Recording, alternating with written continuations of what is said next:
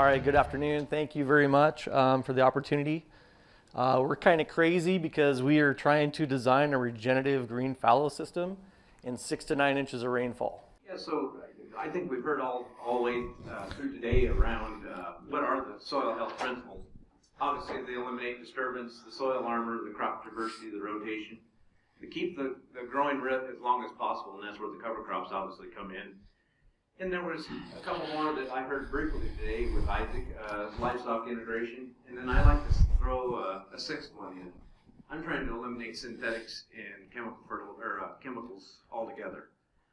I farmed in 40 bushel wheat ground, and I would have to tell you that $4.50 wheat doesn't pay it anymore. And so at some point in time, there's not only what I'm trying to do from a soil health standpoint, but economically, it's time that I've got to change on my farm anyway. Yeah, so we had to kind of redesign the system a little bit to kind of make sure he stays in business, for one. For two, we kind of came up with these necessary beliefs of kind of where we want to go. Yeah, and so my journey started in 2011. I started direct seeding. I came back to farm in 11. In 12, I bought my drill. In 13, I seeded my first no-till crops. And by 14, I had the entire farm switched over to no-till. We started cover crops in 13 just because I got into CSP and it got me some points. So that was how cover crops on my farm started. But we started to make observations. And there were times where I thought I was raising moisture. Well, in 6 to 9 inches, if I think I can grow my moisture, I was going to head down that. Leslie Michael, I believe, is still in the room. She started a cover crop study in, I believe, 15. By 17, I had already seen that just keeping the living root for 30 days was what we were doing. I was actually seeing a yield increase in some of her plots. Not much, but it was enough for me to keep going. And so it was through all these learnings of coming to here, by the way, or going to Ray Archuleta, or listening to Gabe Brown, or all of these soil health experts, or Australia, or New Zealand, and Canada, and everything else. I had actually left, I can't remember where it was, I actually left home and I said, I'm going to go home and take something out of production and grow a cover crop. I was going to make that investment in my soil and forgo the cash crop. I was that crazy. Yeah, you were intentionally being crazy, which led to some sleepless nights for me trying to figure out how to make it happen. So out of that, I came up with my personal beliefs. So everything that happens on my ranch goes through these beliefs. I believe that the soil is alive. It's just like me. It's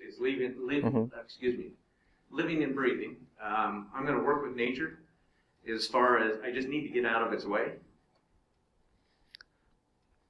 This one, I'm sure with all the soil scientists in the room, I love saying this, but what the heck. I've actually read where there's 1,000 years of nutrients in the soil if I just get out of its way. I've read that it's 5 years, it's 100 years, it's 50, I don't care. So I'm going to use 500 just for an average. But what that does is that's the number I actually work around. If I just get out of the way, I eliminate tillage, I get cattle back on, I get a crop rotation, I get a diversity in those crops. Yeah. The soil will do it all for me. Well, if I'm thinking money, why wouldn't I just do that? So that's literally, simplistically, the route that I'm going. We have already seen that with resilient. Yeah. Actually, it was cool to hear that several times today. We know that it's resilient. I think biology first. I hated chemistry in high school, so biology's easier. So I apologize if it looked like I was paying attention when you went through some of your slides. It didn't mean anything to me because I'm actually an accountant by trade. He did take notes. And I just said, everything that I've been doing to it, up to this point on my farm, I don't want to throw my father or my grandfather or his father, my great-great-grandfather under the bus, but everything we've done up to this point is the reason I've got to go back and make my farm look like my great-great-grandfather. And to me, this is the thing that I go home and I get excited to farm in $4.50 wheat. It has potential. Just some of the changes that we've made already. I'm increasing yields by 20-25% in fields that I never dreamt. Yeah. And so what I did was I went back to him after I said to Mike, I said, I'm going to go get cows. We'll graze them. And it was interesting because Isaac hadn't come out with his canola grazing program yet, or I'd probably planted all canola and had cows. But I knew I was going to grow cover crops. And so I was lamenting to Mike one day, which is kind of a funny story because he's supposed to be selling me fertilizers and chemicals. So I said to him, I'm going to grow cover crops, and I just wish I could make more money. make some money off of it. Mm-hmm. And he came back a couple of days later and he says, why don't we just put the cash crop in the cover crop? Well, duh. You thought I could have thought of, but I didn't. So this is where Mike actually comes in. So our big thing that we want to do is we want to capture everything we possibly can. So we kind of changed our mindset from growing degree days to basically photo length days. So the longer we can get the photosynthesis to function, you get healthy plants that are pumping more exudates into the soil, which then gives you healthy soil. And there's no fertility here. This is where we started. So this is seeded with a 1870 conservative pack. We intentionally picked this field because it's a canola field.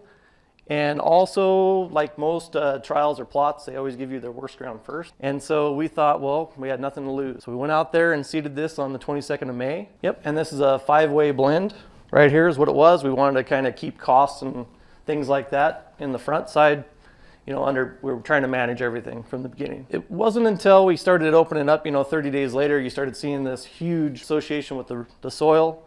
The plants are pretty much communicating. We're seeing great exudate exchange. We're seeing some active carbon. Seeing everything kind of starting to metabolize under the ground.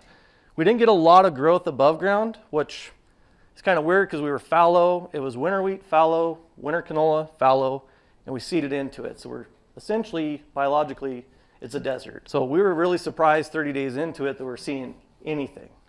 But we did see it. I did. I literally gave you my worst field. It's on a slope. It's rocky. Probably should be grass.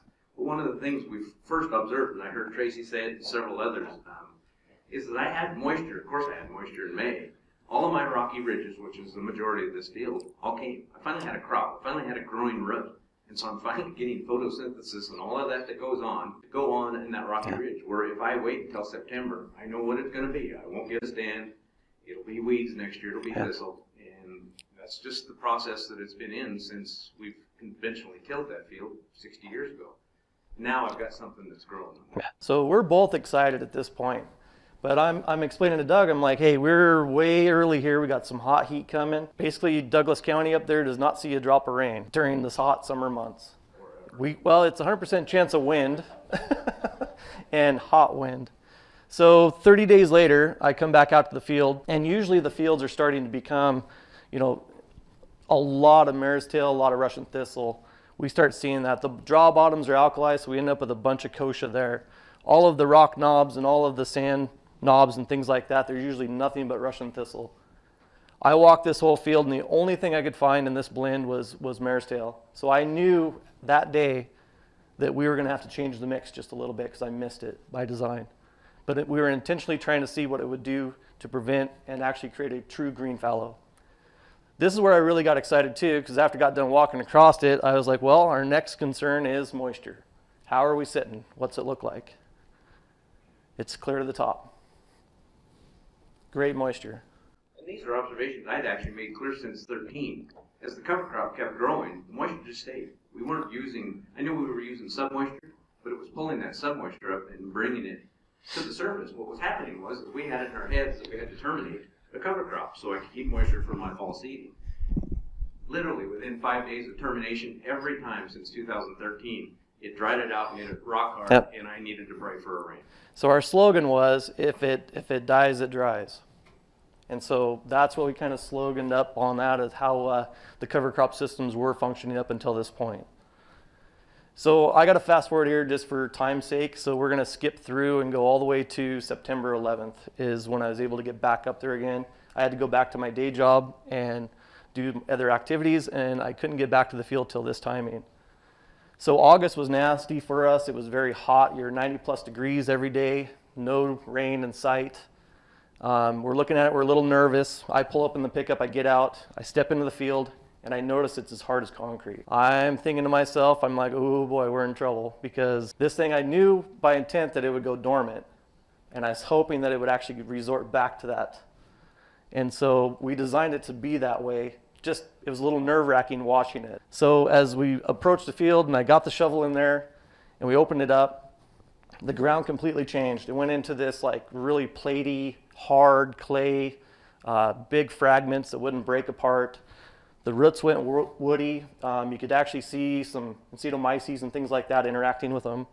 The dreadlocks were gone. They were essentially just very, very low amounts of metabolizing or socializing with the microbiology.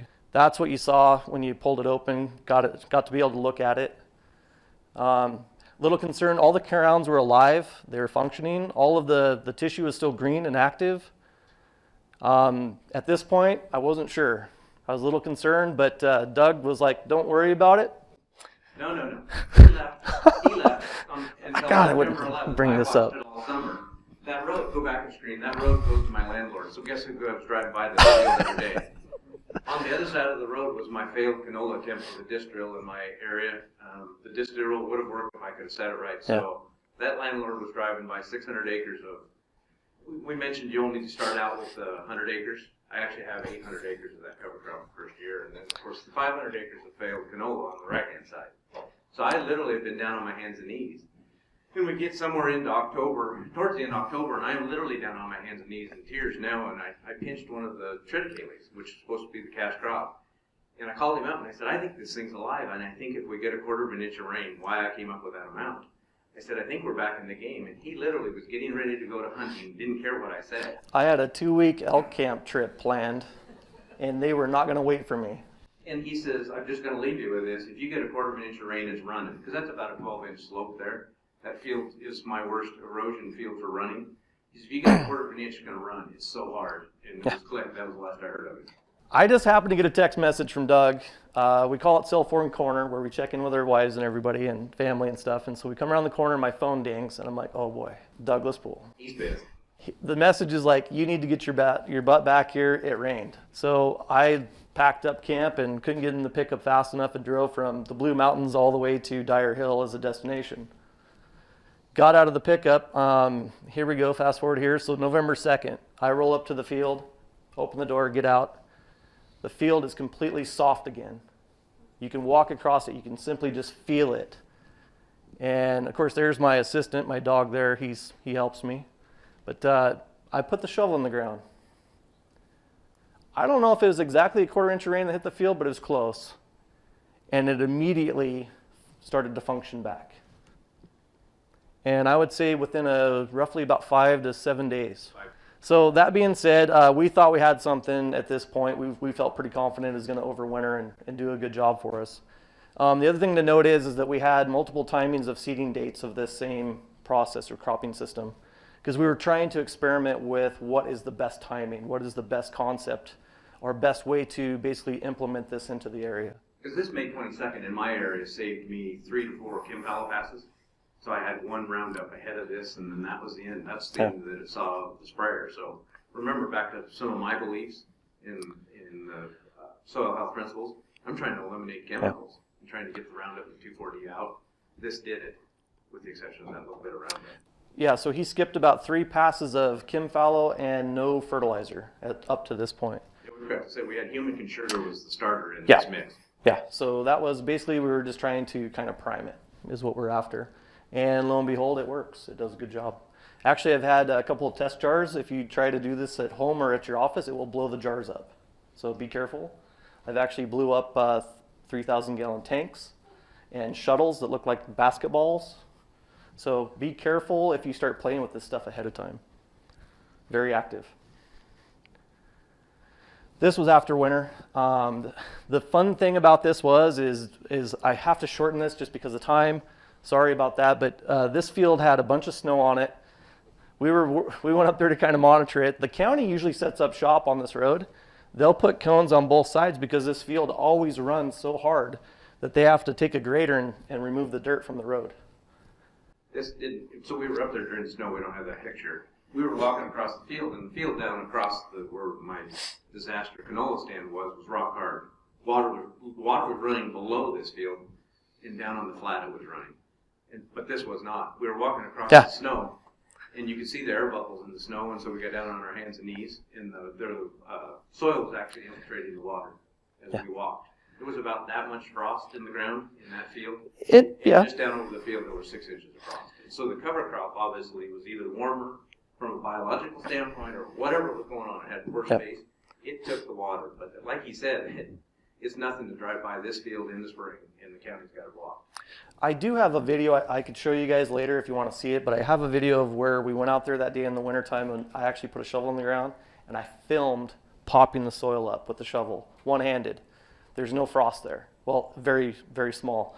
And you could see the soil saturation line that was there, and then underneath it, it was just this nice and soil aggregates and just kind of more like a chocolate cake type consistency underneath. So it was pretty interesting. That's what it looked like underneath. So we felt very confident, you know, we're back up and running. We got good moisture, good activity. The biology is functioning here at a high level. Our concept is that we're going to use a seed to basically extract through the exudates, basically parent material from the soil. We want to process that. We think that we can we know certain plants have certain exudates that they can extract certain elements, and so we're intentionally designing them that way. This was amazing. In 17 days, this crop went completely above your knees. It was phenomenal. I've never seen a crop grow this fast. But it had all of that kinetic energy underneath, and it was ready to go. It just needed some sunshine. And that's why I think we need to key in on the photo length. I think that's the thing, is we need to get as much activity out of that as possible. More green on the ground is going to be more life, more energy, more return on investment. That's what she looks like underneath. I can't show this in the documentation here, but I have footage back in my office where we're actually quantifying the active carbon growth within less than a year. We're trying to see what it'll do per year, per growing season. And right now, one field's showing me almost 2 inches of active carbon growth, and the other one's just over an inch. Cool stuff. So this is the other thing, is we feel like we have to walk hand in hand or arm in arm or side by side, however you want to call it. A lot of folks out there have trouble getting their operating loans. They have trouble, without, NRCS programs or CSP programs. They cannot operate the acre properly. They need that money. So we got these guys involved because their wording right now is to terminate within 5 weeks of planting. This is NRCS. So this is NRCS. This is Douglas's agent. Brought him out. He got to do the shovel toss, which is always fun. I hand him a shovel. They throw it. Wherever it lands, that's where we dig. Nothing's cherry picked.